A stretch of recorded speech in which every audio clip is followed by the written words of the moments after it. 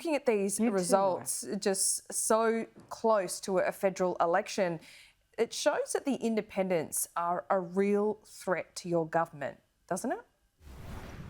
Well, it certainly, lays bare the obvious, which is that by-elections are always tough for an incumbent government, always have been and probably always will be. Gladys Berejiklian was a very popular local member, and Tim James hasn't had a chance to really get to know the electorate as much as I'm sure he will in future years. So yes, this is a very frustrating outcome, but at the same time, it's not entirely unexpected, and I think Tim James is going to be a terrific member for Willoughby. Doesn't it show that those fighting the marginal seats that you need to win are moderate candidates? They're not conservative candidates. What does that say to your branches, do you think? Well, I think that you could dig a little deeper into finding out exactly who these independents are. They hold themselves up to be one thing, but in fact are another.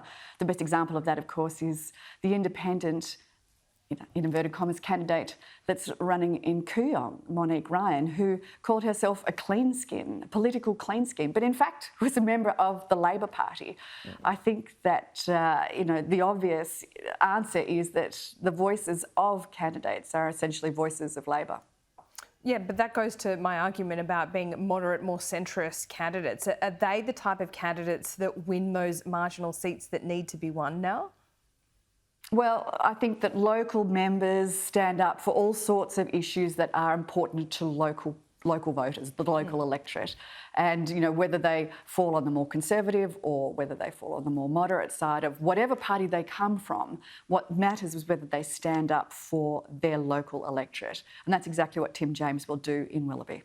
I think when we get to election time, what does stink sometimes is how political donations are made. And we saw the example of Zali Steggall, who is actually behind all these candidates. But you've been in government, your government has been in power for almost a decade now, and nothing's really been done on real-time transparency of donations. Surely that is something that needs to be sorted out. Well, the Liberal Party and indeed the opposition have all sorts of obligations to make sure that their donations are declared and are transparent and are there for anybody to see on the AEC website. And that's the way we will always run. The difference is, of course, that independents haven't had those same obligations. What's really important now is to see who exactly is behind these independents, where the money is coming from, making sure that they do abide by the same obligations as the major parties, who, let's face it, major parties act as a filter for democracy in a strange way.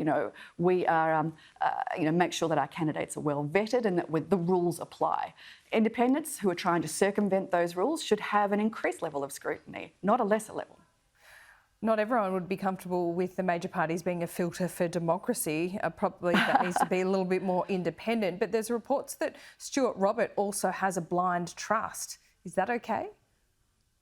Well, blind trusts are a common vehicle used to make sure that you don't have a conflict of interest. Now, the difference is, of course, if you've got a blind trust that's using to make donations, that's trying to circumvent the rules, that's a very different proposition.